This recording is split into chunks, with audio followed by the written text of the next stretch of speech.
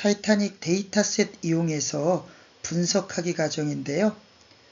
여러분, 데이터 분석 입문 단계에서 가장 많이 활용되는 자료가 바로 타이타닉 데이터셋입니다. 1912년 타이타닉호 침몰 사건에서 승객들의 생존 여부와 나이, 성별, 객실 등급 같은 다양한 정보가 담겨져 있는데요. 이 데이터를 분석하면 단순히 누가 살았나, 누가 희생됐나만 보는 게 아니라 여러 가지 흥미로운 사실들을 발견할 수 있습니다. 예를 들어서 첫 번째로 전체 생존자와 사망자의 비율을 확인할 수 있고요. 두 번째로는 성별에 따른 차이가 있었는지 분석할 수 있습니다. 실제로 여성과 아이들이 먼저 구조되었다는 이야기도 있습니다. 세 번째로는 연령대별 생존율, 즉 어린이, 성인, 노인의 차이를 볼 수 있습니다. 네 번째로 승객 등급별 생존율인데요. 1등석, 2등석, 3등석에 따라서 생존 확률이 달라졌다는 사실도 확인할 수 있습니다. 이런 분석을 통해서 우리는 단순한 사건 기록을 넘어서 데이터 탐색, 시각화, 그리고 통계적 분석의 기본 원리를 배우게 되는데요. 더 나아가서 생존 여부를 예측하는 간단한 머신러닝 모델도 직접 만들어 볼 수 있습니다. 즉, 이 데이터셋은 데이터 분석에 공부할 수 있는 교과서 같은 출발점이라고 생각을 해주시면 됩니다. 타이타닉호 침몰 사건에 대한 요약인데요. 당시 타이타닉호는 절대 침몰하지 않는다는 자신감 속에서 출항을 했는데요. 1912년 4월 14일 밤 북대서양에서 빙산과 충돌하여 불과 2시간 40분 만에 완전히 침몰을 했습니다.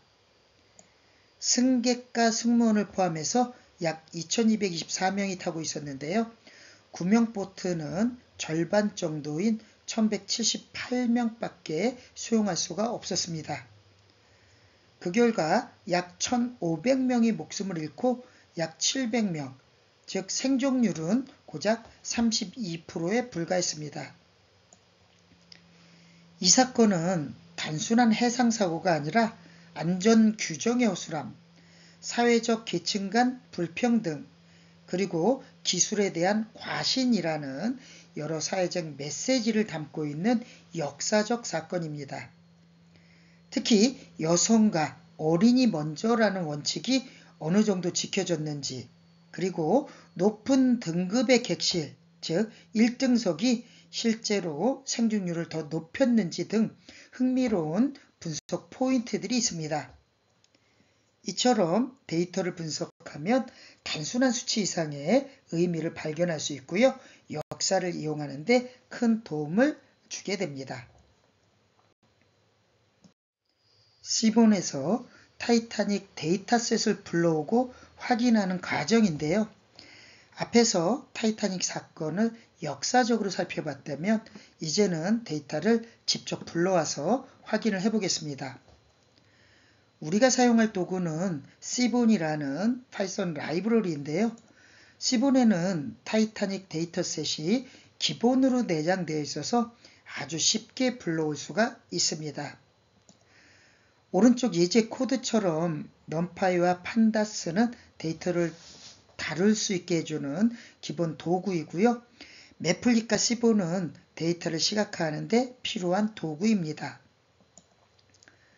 먼저 PLT RC Params 폰트 패밀리 나눔 발음 코드 이 부분은 그래프에 한글이 깨지지 않도록 폰트를 설정하는 코드이고요. 그리고 불필요한 경고 메시지를 숨겨서 출력창을 깔끔하게 유지할 수 있게 됩니다. 마지막으로 SNS 로드 데이터셋 타이타닉을 실행하면요. 891명의 승객 정보가 들어있는 데이터셋이 불려져 오는데요. 여기에는 승객의 나이, 성별, 탑승한 객실 등급, 요금, 탑승 항구, 그리고 생존 여부 같은 다양한 정보가 포함되어 있습니다. 이 데이터를 통해서 어떤 승객이 더 많이 생존했을까? 성별이나 나이, 객실 등급이 생존 확률과 어떤 관계가 있을까? 이런 흥미로운 질문에 대한 답을 찾아갈 수 있게 됩니다.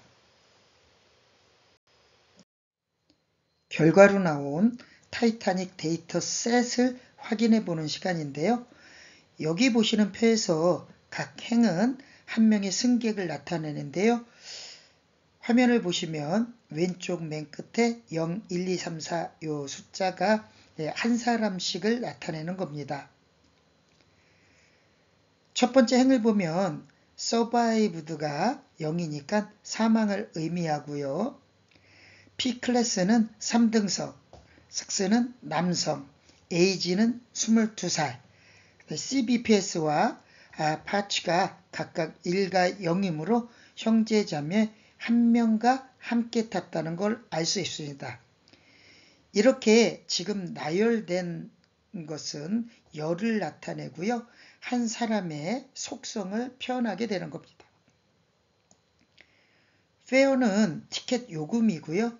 임바크드는 사우샘프턴 항구에서 승선했은 것을 보여주게 됩니다. 그리고 마지막 얼라이브 칼럼을 보면 노라고 표시되어져 있는데요. 이처럼 이 데이터셋은 숫자뿐만이 아니라 문자 정보도 함께 들어 있습니다. 특히 우리가 분석에서 자주 쓰이는 필드는요. 서바이브드, 생존 여부인데요. 0 또는 1로 표현하고요. 후는 남자, 여자, 어린이를 구분하고 얼라이브는 예스와 노로 직관적으로 표시를 합니다. 이 데이터를 바탕으로 단순히 표를 보는데 그치지 않고요. 예를 들어서 성별에 따라 생존율이 어떻게 달라졌는지 또는 1등석과 3등석 승객의 생존율이 얼마나 차이가 나는지 분석하고 시각할 수 있습니다. 즉, 데이터가 이렇게 구조화되어져 있기 때문에 우리는 패턴을 찾아내고 해석을 할 수 있게 됩니다. 인포 함수를 활용해서 타이타닉 데이터셋의 구조를 확인해 보는 시간입니다. 데이터 안에 어떤 정보가 들어져 있는지 살펴보겠습니다. 판다스의 인포 함수를 사용하면 데이터 프레임의 기본 정보를 확인할 수 있는데요. 타이타닉 데이터셋은 891명의 승객 데이터와 15개의 속성인 열로 구성되어져 있습니다. 예를 들어 survived는 생존 여부를 나타내는데요. 1은 생존, 0은 사망을 나타내고요. P클래스는 객실 등급으로 1등석, 2등석, 3등석을 의미합니다. 삭스는 승객의 성별, age는 나이, CBSP는 파츠와 함께 가족관계 정보로 함께 탑승한 형제, 자매나 부모, 자식의 수를 나타냅니다. 페어는 티켓 요금이고요. 임바크드는 승선한 항구를 의미합니다. 그리고 덱, 크래스프, 얼라이브 같은 변수들은요. 데이터 분석을 더 편리하게 하기 위해서 추가된 파생 변수들입니다. 즉, 이 데이터셋에는 단순히 살았다 죽었다만 있는 것이 아니라 성별, 나이, 사회적 지위, 가족 구성, 승선한 항구까지 아주 다양한 정보가 담겨져 있습니다. 따라서 분석하는 관점도 다음과 같이 여러 가지로 나눌 수 있는데요. 먼저 인구 통계학적 분석으로 성별이나 나이에 따른 생존율을 확인할 수 있고요. 두 번째는 사회 경제적으로 분석인데요. 객실 등급에 따른 생존율입니다. 세 번째는 가족 구성 분석인데요. 동반 가족 수에 따른 생존율을 확인할 수 있고요. 지리적 분석으로 승선 항구에 따른 생존 특성을 확인할 수 있습니다. 이렇게 다각도로 접근을 할 수가 있는데요. 결국 이 데이터를 통해서 단순히 누가 살았나라는 질문을 넘어서 어떤 요인이 생존에 영향을 주었는가 라는 더 깊은 질문에 대한 답을 확인할 수 있게 됩니다. 타이타닉 생존자 수를 분석해서 시각화하는 과정인데요. 이제 본격적으로 타이타닉 데이터셋을 분석해 보겠습니다. 우리가 가장 먼저 궁금해하는 건 바로 생존자와 사망자 수겠죠. 왼쪽 코드에서 보듯이 그룹 바이 얼라이브 카운트를 쓰면 예스와 노 그룹별로 몇 명인지 셀 수 있게 됩니다. 좀 더 간단히는 밸류 카운트로도 바로 확인할 수 있습니다. 그리고 이 결과를 카운트 플롯으로 시각화하게 되면 오른쪽처럼 막대 그래프가 나옵니다. 결과를 확인해 보면요. 생존자 예스가 342명, 사망자 노가 549명으로 집계되었는데요. 즉 전체 891명 중 생존율은 약 38.4%고 반대로 사망자는 61.6%입니다. 이렇게 보면 당시 상황에서 살아남은 사람보다 희생자가 훨씬 많았다는 것을 직관적으로 확인할 수가 있습니다. 이 단계는 데이터를 분석할 때 항상 먼저 하는 기본 통계 요약 단계라고 할 수 있는데요. 앞으로 성별, 나이, 객실 등급별로 생존율이 어떻게 달라지는지 더 세세히 상세하게 확인해 보겠습니다. 성별에 따른 타이타닉 생존자와 사망자를 비교해서 시각화하는 과정인데요. 전체 생존율을 확인해 봤는데요. 이제는 성별에 따라서 생존 확률이 어떻게 달라지는지 살펴보겠습니다. 왼쪽 코드에서 그룹 바이 섹스와 얼라이브로 성별과 생존 여부를 묶어서 그룹별로 인원을 계산을 했는데요. 그리고 카운트 플롯을 사용해서 남성과 여성의 생존 사망자 수를 시각화했습니다. 오른쪽 결과를 확인해 보시면요. 여성이 233명이 생존했고요. 81명이 사망을 해서 생존율이 약 74%이고요. 남성은 109명 생존을 해서 468명 사망으로 생존율이 약 19%입니다. 즉 여성의 생존율이 남성보다 훨씬 높습니다. 이 결과는 당시 여성과 아이들을 먼저 구명보트에 태웠다는 원칙이 실제로 작동했음을 보여주는 결과입니다. 다시 말해 여성은 4명 중 3명 정도가 살아남았지만 남성은 5명 중 4명이 희생을 당했습니다. 이런 차이는 데이터로 확인할 때 더욱 확실하게 드러나는데요.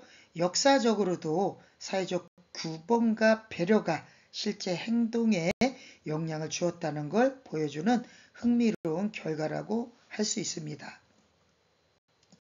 성별에 따른 평균 생존율을 시각화하는 과정인데요. 앞에서는 성별별로 몇 명이 살아남았는지를 확인을 했는데요. 이번에는 한 단계 더 나아가서 성별에 따른 평균 생존율을 확인해 보겠습니다. 왼쪽 코드에서 그룹 바이 섹스 민을 이용해서 남성과 여성의 평균 생존율을 구했는데요. 이 구한 거를 바플롯으로 각 성별의 평균 생존율을 막대 그래프로 표현을 했습니다. 오른쪽 결과를 확인해 보시면요. 여성에 대한 생존율이 약 74.2%, 총 314명 중에서 233명이 생존을 했고요. 남성은 생존율이 약 18.9% 나왔는데요. 577명 중 109명이 생존을 했습니다. 즉 여성의 생존율이 남성보다 약 4배 이상 높았습니다. 이 차이는 단순한 통계적 차이가 아니라 실제로 여성 먼저 원칙이 강하게 작동했음을 보여주는 증거이고요. 역사적으로도 구명포트 탑승 과정에서 여성과 아이들이 먼저 우선적으로 배려를 받았다는 사실이 데이터로 증명이 되는 사실입니다. 승객 유형에 따른 데이터 구조와 그룹별 분포를 확인하는 과정인데요. 앞에서는 단순히 성별로만 구분을 했지만 타이타닉 데이터셋에는 후 필드가 있어서 승객을 남성, 맨, 여성, 우먼, 어린이, 차일드로 구분할 수 있는데요. 코드를 실행하면 데이터셋의 앞 10행을 미리 보고 그룹 바이 후를 통해서 각 그룹별 인원수를 확인할 수 있습니다. 결과는 오른쪽에서 확인할 수 있는데요. 어린이 83명, 남성 537명, 여성 271명으로 확인이 되고요. 즉 전체 승객을 좀 더 세밀하게 나눠서 확인을 할 수 있게 됩니다. 이 분류는 단순히 성별로만 볼 때보다 훨씬 더 의미 있는 분석이 가능한데요. 실제로 여성과 어린이 먼저 원칙이 적용되었는지를 확인할 수 있는 중요한 기준이 됩니다. 성별에 따른 생존자 수와 생존율을 비교하는 시각화 과정인데요. 앞에서 후 필드를 이용해서 승객을 남성, 여성, 어린이로 나눴는데요. 이제는 그 세 그룹에 대해 생존자 수와 생존율을 확인해 보겠습니다. 오른쪽 그래프 중에서 왼쪽 그래프는 각 그룹의 생존자 수를 보여주고요. 오른쪽에 있는 그래프는 각 그룹의 평균 생존율을 나타내는데요. 그래프를 보면 여성의 생존율이 약 74로 가장 높습니다. 어린이의 생존율은 약 54%로 여성과 어린이 먼저 원칙에 부합하는 결과를 보여주고 있습니다. 반면에 남성은 생존율이 약 19%로 가장 낮습니다. 이 결과로 타이타닉 침몰 사고에서 실제로 여성과 어린이가 우선 구조되었음을 잘 보여주고 있는데요. 특히 순서로 보면 여성, 어린이, 남성 순으로 생존율이 낮아지는 것을 확인할 수 있습니다. 즉 타이타닉에서는 정말로 Women and Children First 원칙이 수치로도 확인이 된다는 것이 핵심입니다. 나이별 승선자 수와 생존자 수에 대한 분석 과정인데요. 이번에는 에이지 필드를 살펴보겠습니다. 여러분, 데이터 분석을 할 때 우리가 가장 먼저 부딪히는 문제 중 하나가 바로 결축치, 즉 missing value입니다. 데이터는 언제나 불완전하기 때문에 결축치를 어떻게 처리하느냐가 분석의 신뢰도를 결정하게 됩니다. 먼저 에이지 필드에 대한 결축치 확인 과정인데요. 왼쪽에 첫 번째 코드를 보시면은 이 코드를 실행하면 에이지 필드에서 none of number 값이 몇 개인지 확인할 수 있게 됩니다. 결과를 확인해 보시면은 177개, 전체 891명 중 약 19.9%에 해당이 됩니다.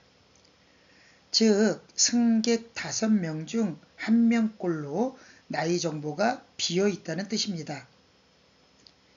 만약 이 결축치를 처리하지 않고 바로 분석을 한다면 전체 데이터의 신뢰성이 크게 떨어지게 됩니다. 두 번째는 그룹별 평균 나이 계산인데요. 코드를 보시면은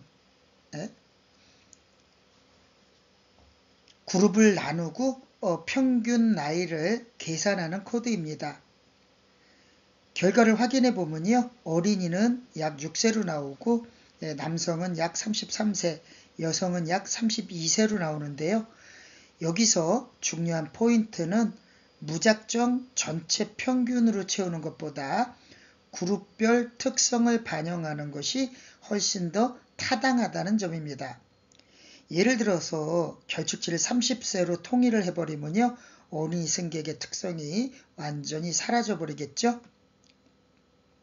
그래서 어린이는 6세로, 남성은 33세로, 여성은 32세로 그룹별로 결축치를 대체를 하게 됩니다. 오른쪽 세 번째 가정은요. 결축치를 채우는 가정인데요. 이 코드를 실행하면 조건문을 활용해서 후 그룹별 평균 나이로 결축치를 채우게 되는데요. 후에는 남성, 여성, 어린이로 구분이 되어져 있죠. 이제 에이지열에는 이렇게 되면은 결축치 값이 사라지고요. 분석 가능한 완전한 데이터 셋이 만들어지게 됩니다. 이 방식은 단순하면서도 합리적인 결축치 처리 방법인데요. 머신러닝 모델을 학습시킬 때 혹은 통계적 분석을 할 때 이런 전처리 과정을 반드시 거쳐야 결과가 왜곡되지 않게 됩니다. 결축치 처리는 데이터 분석의 위생관리와 같습니다. 깨끗하지 않은 데이터를 그냥 쓰면은 아무리 좋은 알고리즘을 써도 결과는 신뢰할 수 없게 되겠죠. 그래서 먼저 결축치를 먼저 확인하고 두 번째 의미 있는 기준, 여기서는 그룹 평균으로 채워 넣었죠. 세 번째는 그 과정을 명시적으로 기록을 하면은 전처리 부분이 끝나게 됩니다. 이것이 바로 데이터 사이언스의 기본 문화이고요. 결축치 처리는 데이터 분석에서 필수적인 전처리 과정입니다. 앞으로 여러분들이 논문을 쓰거나 기업 프로젝트를 할 때도 반드시 이런 전처리 과정을 통해서 데이터의 신뢰성을 확보해야 합니다. 앞에서 결축치를 처리했으니까요. 이제는 나이별 승객 수와 생존자 수에 대해서 확인을 해보겠습니다. 먼저 그룹 바이 에이지의 에이지 카운트를 실행하면 각 나이에 해당하는 승객이 몇 명 있는지를 확인할 수 있는데요. 예를 들어서 데이터에는 0세부터 80세까지 다양한 나이가 포함되어 있음을 볼 수 있습니다. 심지어 0.42년, 약 5개월이나 0.67년, 약 8개월 같은 아기도 있습니다. 다음으로 그룹 바이 에이지 서바이브드 썸을 실행하면 각 나이별로 생존한 인원수를 구할 수 있는데요. 서바이브 필드는 1은 생존, 0은 사망을 의미하므로 썸 함수를 하게 되면요. 자동으로 생존자 수가 계산이 됩니다. 예를 들어 24세 승객이 30명이면 그중 15명이 생존했다면 생존율은 정확히 50%가 됩니다. 이렇게 해서 우리는 각 나이별 승객 수와 생존자 수를 비교하고 그 결과를 바탕으로 생존율의 관계를 분석할 수 있습니다.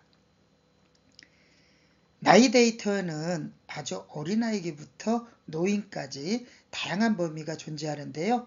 매우 간단하면서도 직관적으로 생존자 수를 합산하는 방식이 바로 썸함수입니다.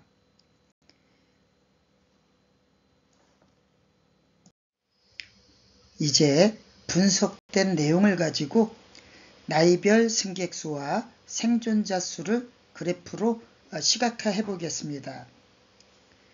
여러분, 데이터는 숫자로만 있으면 잘 이해가 되지 않는데요. 하지만 이렇게 시각화를 하면 데이터 안에 숨어있는 패턴과 이야기를 쉽게 파악할 수 있습니다. 이번 분석은 나이별 승객수와 생존자 수를 성 그래프로 비교를 하고 있는데요. 코드를 확인해 보면 그래프 크기를 먼저 설정하고요. 나이별 승선자 수를 파악하고 나이별 생존자 수를 파악한 다음에 X축은 나이, Y축은 인원수, 그리고 그래프를 보여주게 됩니다. 그래프 크기 설정은 피규어 사이즈 10,5로 가로를 넓게, 세로는 적당히 압축을 해서 패턴이 잘 보이도록 조정을 했고요. 승선자 수는 파란색 선으로 나타내는데요. 나이별 승객 분포를 보여줍니다. 생존자 수는 주황색 선인데요. 같은 나이대에서 실제 생존한 인원수를 보여줍니다. 레이블과 축 이름이 아까 지정한 대로 보여주고 있고요. 즉, 이 그래프는 타이타닉에 누가 얼마나 탔고 그 중에서 누가 살아남았는가를 직관적으로 보여주고 있습니다. 오른쪽 그래프에 대한 해석을 해보면요. 어른의 아이인 0서부터 5세는 승객수는 많지 않지만 생존율이 높습니다. 구명보트로 우선 배려 가능성을 적용했다는 걸 볼 수 있고요. 20세에서 40세 성인은 승객이 가장 많았고 그중 상당수가 사망을 했습니다. 고령층인 60세 이상은 일부 있었지만 인원 자체가 적고요. 특정 나이대를 집중해서 살펴보면요. 24세, 35세에서 데이터가 눈에 튀는 부분이 있는데요. 실제 데이터의 특성을 잘 표현해주고 있습니다. 이 그래프는 단순히 숫자가 아니라 당시 사회적 문화와 구조적 맥락까지 살펴볼 수가 있는데요.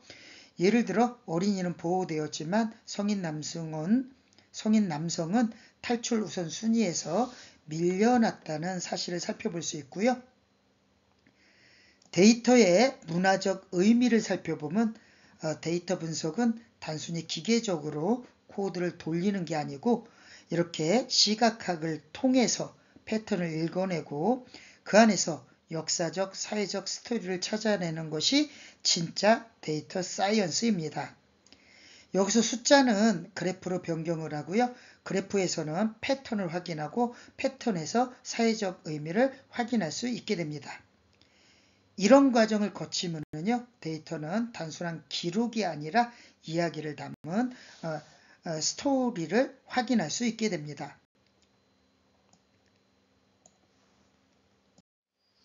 지금까지 우리는 세 가지 유형의 데이터를 살펴봤는데요. 첫 번째, 통계청 자료 분석에서는 판다스로 데이터를 불러오고 매플립을 활용해서 인구 변화를 시각화했는데요. 다중 Y축 같은 복합 그래프도 만들어 봤습니다. 두 번째로 공공 데이터 포탈 자료 분석을 해봤는데요.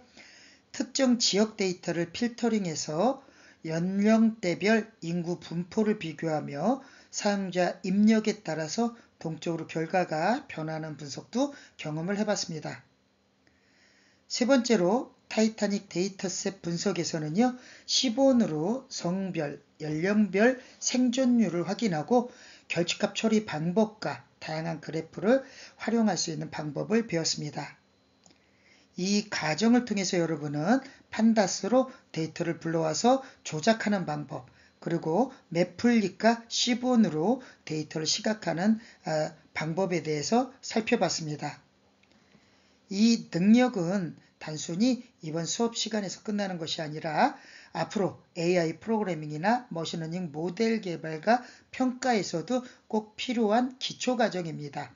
여러분들이 오늘 배운 내용을 토대로 앞으로 더 복잡한 데이터셋과 분석 기법에 도전을 해나가길 바랍니다.